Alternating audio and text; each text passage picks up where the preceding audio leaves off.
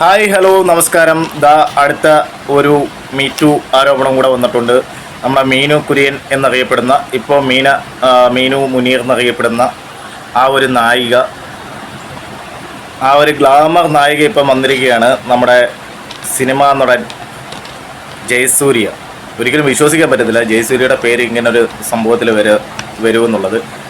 ദേ ഇങ്ങോട്ട് നോക്കിയെന്ന് പറയുന്ന സിനിമയുടെ സെറ്റിൽ വെച്ച് അവരെ കയറി പിടിച്ചു എന്നും തനിക്ക് താല്പര്യമുണ്ടെങ്കിൽ യെസ് ഓർ നോ പറയാനും ഒക്കെ പറഞ്ഞു എന്ന് പറഞ്ഞുകൊണ്ട് ഈ പ്രൈമറി മീനു മുനീർ ഒരു ആരോപണമായിട്ട് വന്നിട്ടുണ്ട്.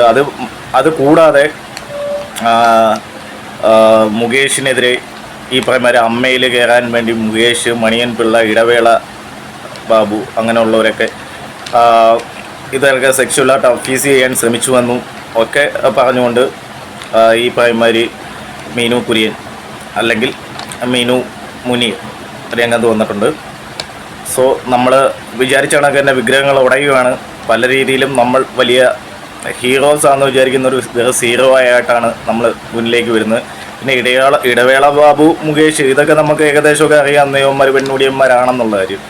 പക്ഷെ ഈ ഒരു ലിസ്റ്റിലേക്ക് ഒരിക്കലും പ്രതീക്ഷിക്കാത്ത ഒരാളാണ് ജയസൂര്യ. ഇത് എന്തുമാത്രം ശരിയാണെന്ന് നമുക്കറിയില്ല. കാര്യം മീനു കുര്യൻ എന്ന് പറയുന്ന ഈ നായികയുടെ സിനിമകളും ഈ അഡ്ജസ്റ്റ് ചെയ്യുമോ ഇല്ലയോ എന്നൊക്കെ ഉള്ള കാര്യം ഭയങ്കര ഒരു ഇതാണ്.